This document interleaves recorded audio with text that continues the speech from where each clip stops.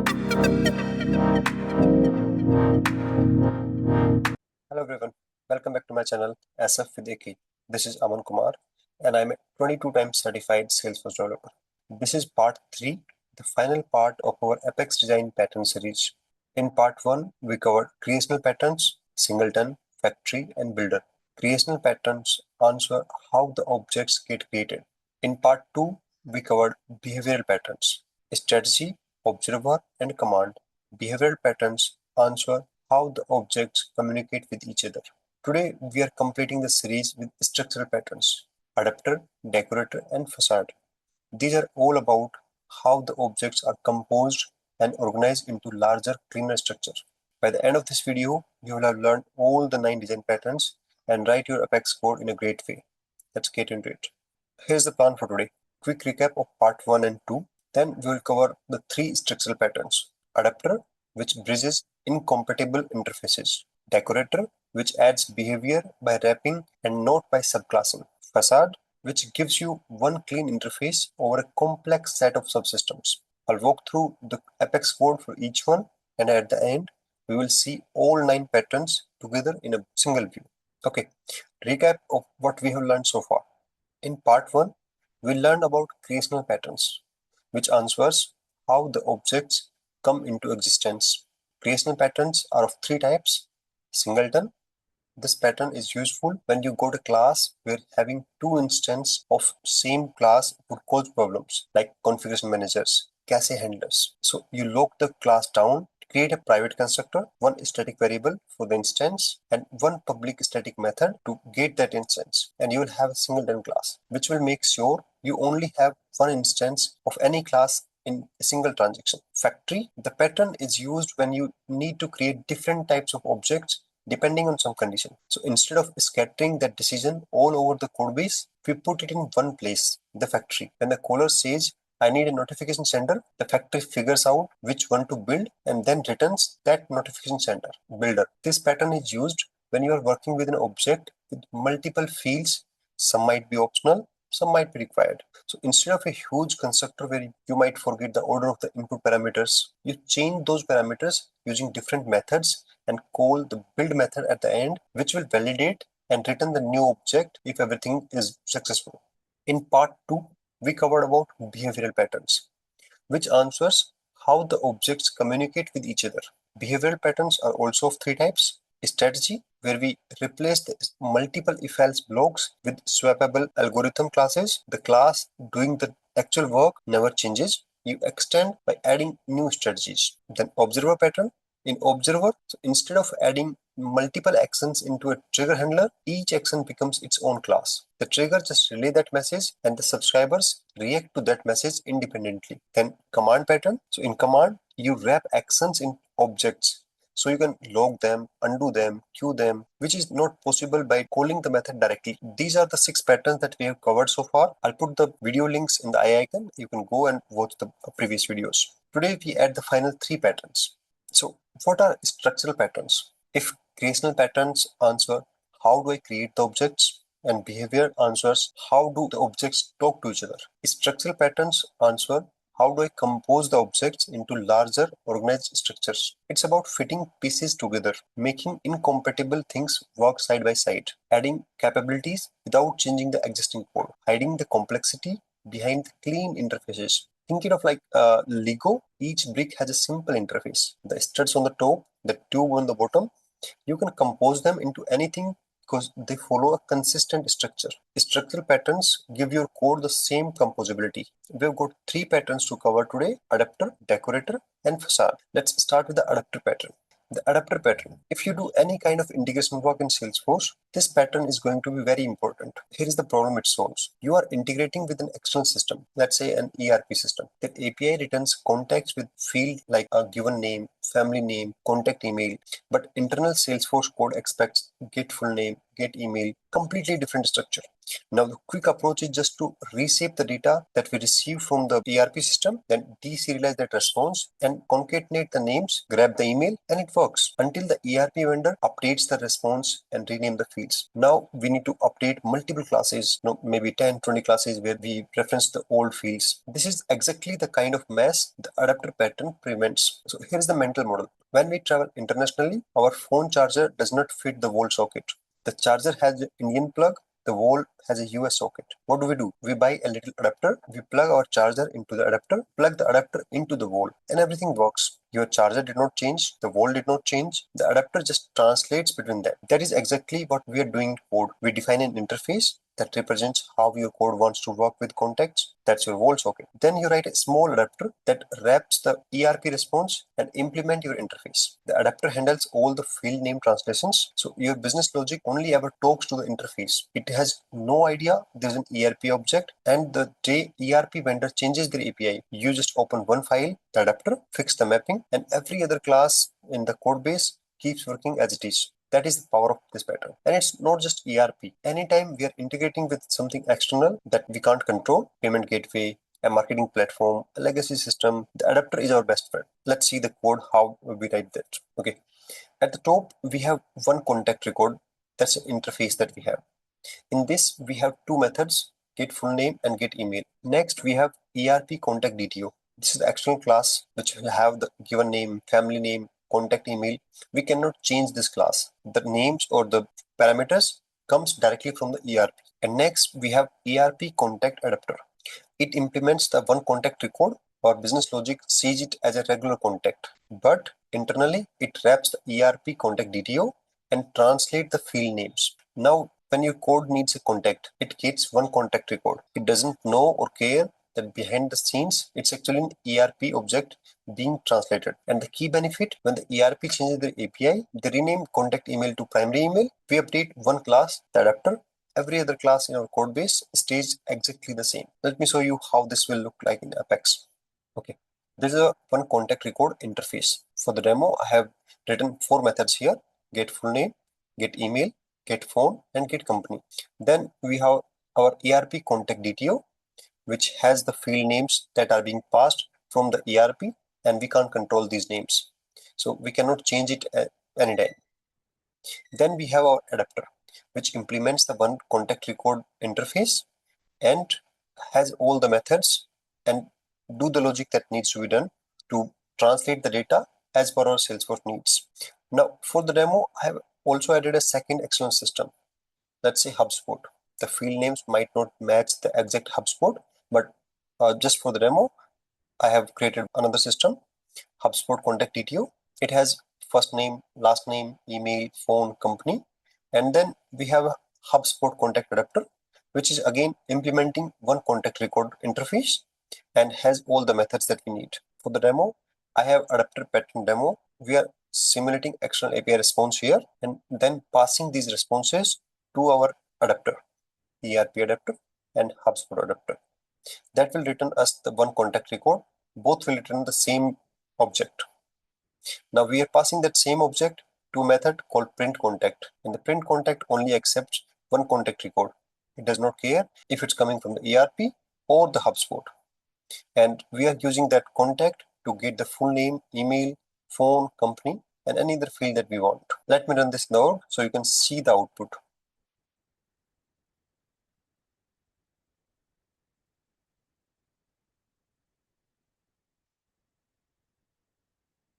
Okay, see that two completely different external systems, two different sets of field names, but our code process through the same interface, same print contact method works on both. That's the adapter pattern in action. We have received the data in a similar format for both the third-party systems. Okay, the next one, decorator pattern. So let me set up a scenario. You got a logo class. It write messages to system.debug. Very simple, works fine. Now we got a request to add the timestamp to that message. Sure, we can just go into the class, modify the logo, and add the timestamp in one line, and we're done. Then after some time, we got another request. We need to add the severity level for the errors. We go back to the class, modify the class again, and we're done. Then after some time, we got another request. We need to have the username attached to that, another modification. So see what's happening. Every new requirement means going back to the class, changing the original class, And what if sometime you want timestamp but not the severity, or the severity and username but no timestamp? Now you need to have some flags, conditions, and our simple logger class becomes a mess. So decorator says instead of modifying the original class, we wrap it. Think about ordering a coffee. We start with a plain espresso.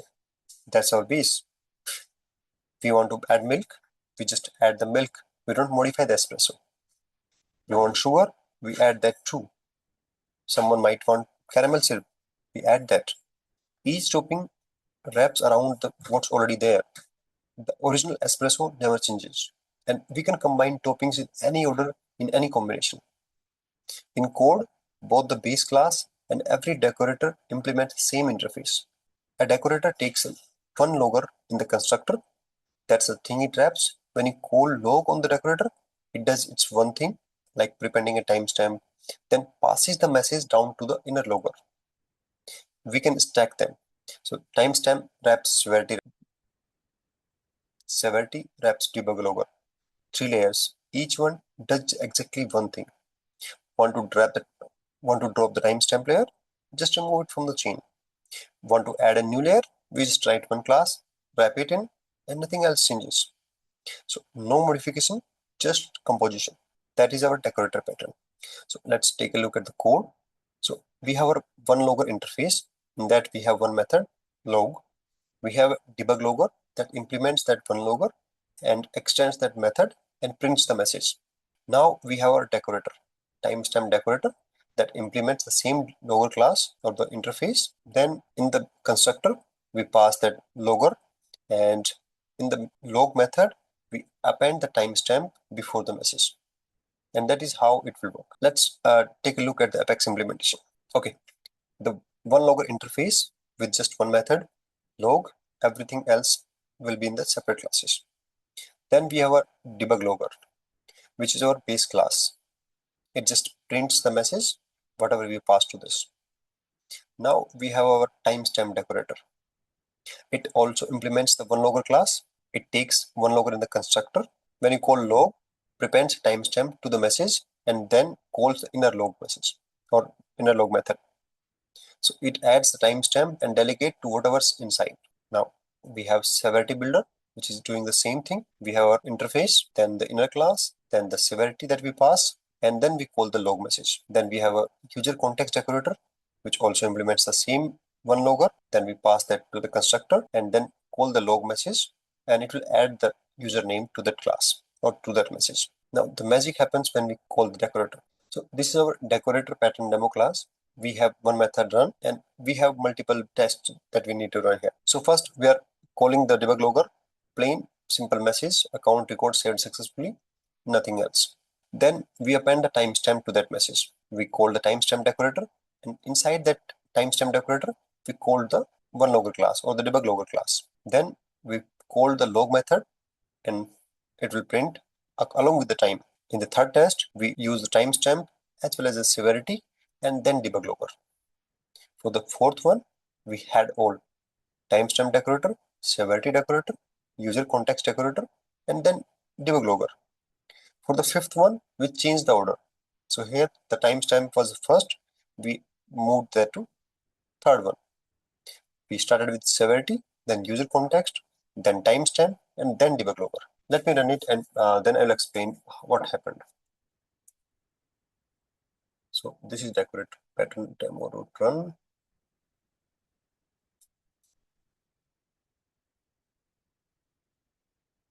So the plain debug logger, it just prints the message, account record saved successfully.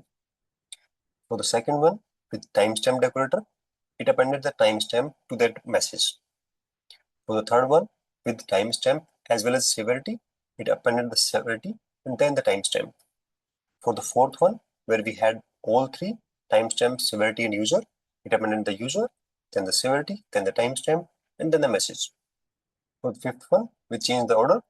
We have timestamp, user, severity, and then the message. You see, this is the order that we call these classes. And this is the order that are the outputs. So we called severity, user, and timestamp. And we got the output timestamp, then the user, then the severity, and then the message. So let me show you. So let's take this example. So we started with timestamp decorator. Then we have severity decorator.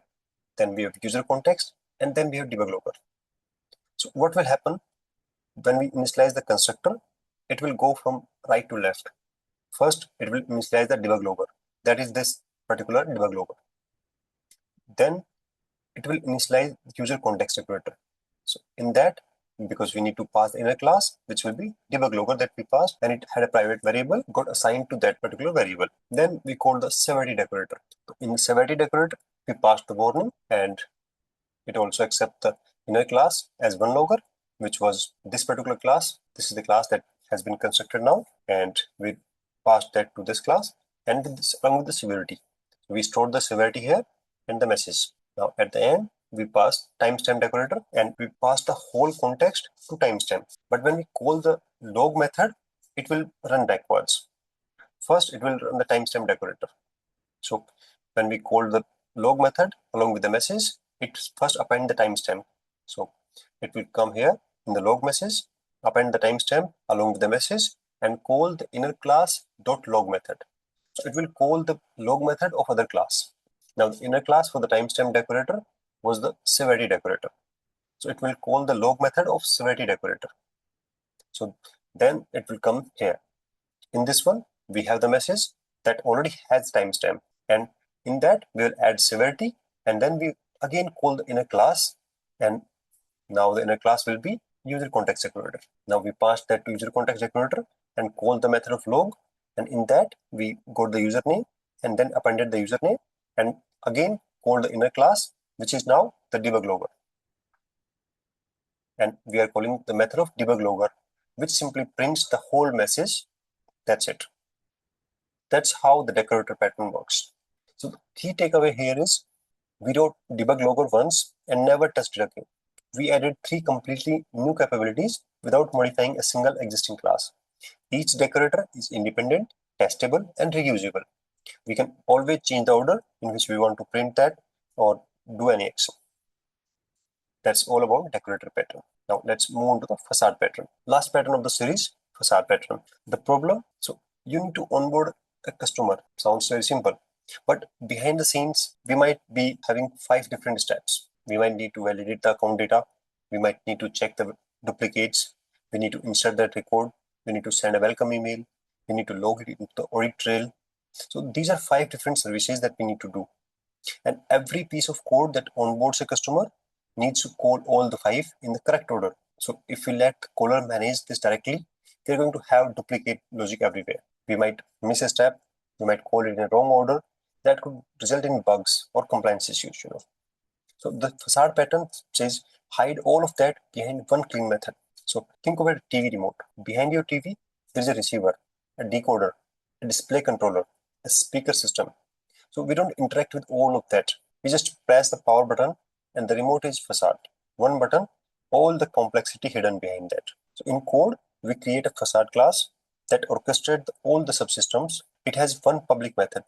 So in our case, we have public method as onboard. That method calls validate, then check, then save, then email, or then audit, but in the right order. And every time we call this method, the order will be same. Caller only writes one line and they are done. They don't even know how many steps are there. They don't know in what order they run in. They don't need to. And when we need to add a 6th step, we add that to the facade class. Every caller gets a new behavior automatically without changing a single line. Let's see the code. We have 5 subclasses here: account validator, duplicate checker, account repository, welcome email service, and audit logger. And we have one single facade class. In that, we will initialize all the 5 in constructor. Then we will call the onboard method. And in onboard method, we will pass that account. And it will automatically call all the 5 classes in correct order and do the logic behind the scenes. So let me take you to Apex class and we'll see how it works in real life. Okay, so these are my classes. Account validator does a simple validation of name and industry. Duplicate checker, simply checking the duplicate by using name. Then we have account repository, which inserts that account. Then we have welcome email service. We can send an email from here. Then we have audit logger, which can create a log. Then we have our facade class. So in this, we have the 5 classes. When we initialize the constructor, we are initializing all the 5 classes. Then when the caller or the user calls the onboard method, pass the account, we call each class one by one and in a correct order. And at the end, we return the account. Let me show you the demo. For the demo, I have different tests. I created an account. I just passed that account to the facade class and onboard. You will see the result. And in the second one, I missed the field industry, which was required for the validation. So if industry is blank, it will throw the error. Let me run it and see if it throws the error.